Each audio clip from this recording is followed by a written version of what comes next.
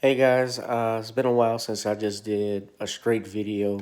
I was trying to do this a little differently and I had some issues with my computer. But as you all know, on Thursday we lost a legend and Cicely Tyson, who's 96 years old, passed away. There's no telling exactly what caused her death, what was the cause of death, but she lived to be 96 years old in a career that spanned over 72 years. She actually started out as a model, uh, and modeling in different magazines and also pictures that she did. And it caught the interest of a Hollywood agent or producer, if I'm not mistaken.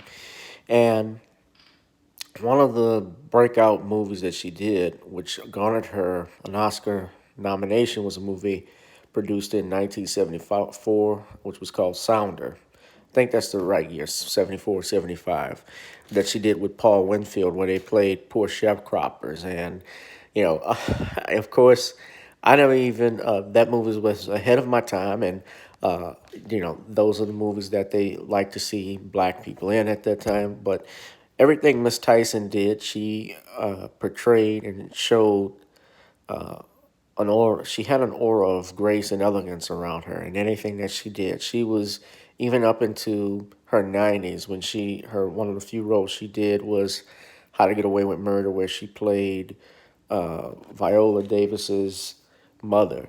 I remember seeing that she was still feisty as ever, still great, even in her early 90s. She played outstanding role. She was outstanding in that role. She's also played Binta Keba in Roots, where she was the mother of Kuta Kinte. I remember her in that. But I also remember my personal favorite, I have two, but Bustling Loose with Richard Pryor, which was made in 1981, and Hoodlum, which was made in 1997. Now, 1991 1981, excuse me.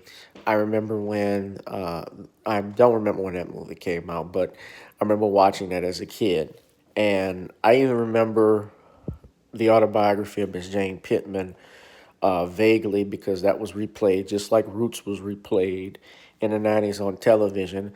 My mama made sure that we watched that movie. Or especially the scene where she drinks from the whites only water fountain. And I, of course, watched the film, and my mom was big on me and my brother and learning our Black history.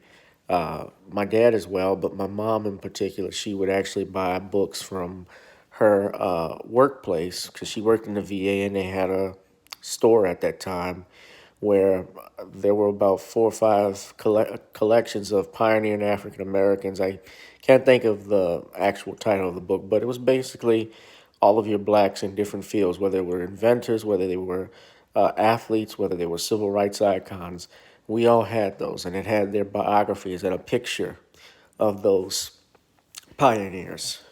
And so, Miss Tyson, of course, while she may have not been in those books at that time, she is a pioneering figure. And, when I think of Bustling Loose, which was one of my favorites, the one she did with Richard Pryor, because Richard Pryor, of course, being a comedic icon that he was, and I believe Miss Tyson's character, she was his love interest in the film, but Richard Pryor started how it started was he was a con man trying to avoid arrest and avoid probation, his probation officer by being the bus driver for all these kids.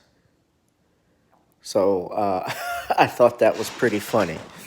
And then she was this guy, I believe she was the guidance counselor for the children or worked at the children's center, if I'm not mistaken. And that's how the premise of the film was. I remember her also in Hoodlum. I mentioned that earlier. That was one of my personal favorites because she played Madam Queen. The Queen, of course, was Bumpy Johnson's superior. She was the one who ran all of Harlem. And she went to war with Dutch Schultz. and that movie Hoodlum, which was directed by Bill Duke.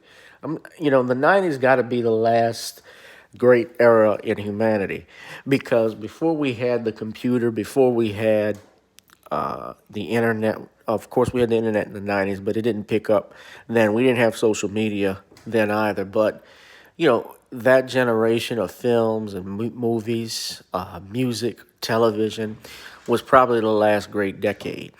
And I think it had a lot to do with people being innovative and with their thinking, with their work. And sadly, we don't have that anymore. Cicely Tyson, again though, in that movie, playing Madam Queen, and seeing Lawrence Fishburne and Queen Latifah, Tim Roth, who played Dutch Schultz, with outstanding actor by the way, Clarence Williams III. I think of that movie is that has to be obviously my favorite Cicely Tyson movie out of those, and she played a hell of a role in that as well as the Queen. But I actually met Miss Tyson, or I didn't meet her, but I saw her when she came and visited my church back in the '90s. She came to St. Francis de Sales, and I think she was very close friends with some of the people that were there. And I remember her smiling and laughing with everyone. And that's what I want to think about, not think of her. She obviously was loved by a lot of people. She was an icon. She certainly was one of the last of the pioneers. And at 96 years old, to have a career that lasted over 72 years, you have to be somebody special. So I think of that, and you get it started in the business in the 1940s. You think of that 72-year career, that's a blessing.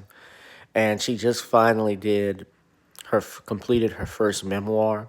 She was still acting up to the very day she died. She actually did two interviews before she passed, one with Entertainment Tonight and the other with Gayle King. And regardless of how I feel about Gayle King and Oprah Winfrey, who obviously they worshiped her, supposedly, something that Gayle King asked that obviously is fitting when she did her interview, she asked Cicely Tyson, how would you want people to remember you, when your time comes? And she says, just that I did my best.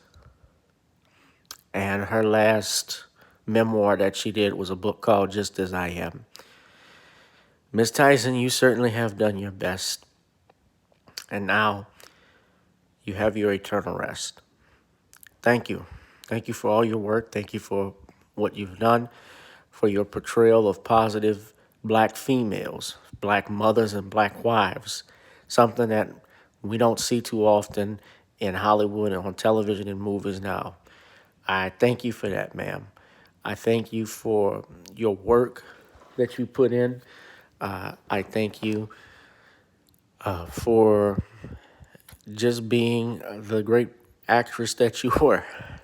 And my understanding too, I was just reading her when I was looking at that interview. She started out as a model, which was she was a pretty woman, and she has from my understanding, she has a daughter as well, Joan, who is not in the spotlight.